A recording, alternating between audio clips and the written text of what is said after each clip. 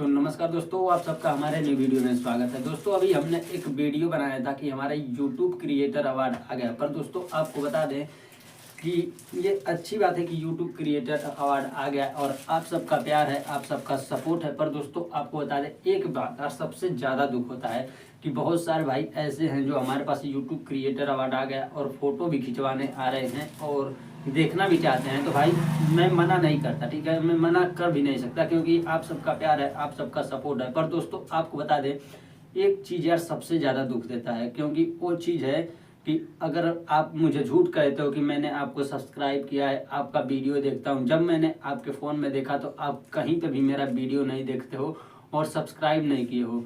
अगर नहीं सब्सक्राइब किए हो ये तो सही है, पर आप झूठ बार बार कहते हो कि सब्सक्राइब किया हूँ भाई, आपका पूरा का पूरा वीडियो देखता हूँ। तो भाई ये चीज़ सबसे बेकार है।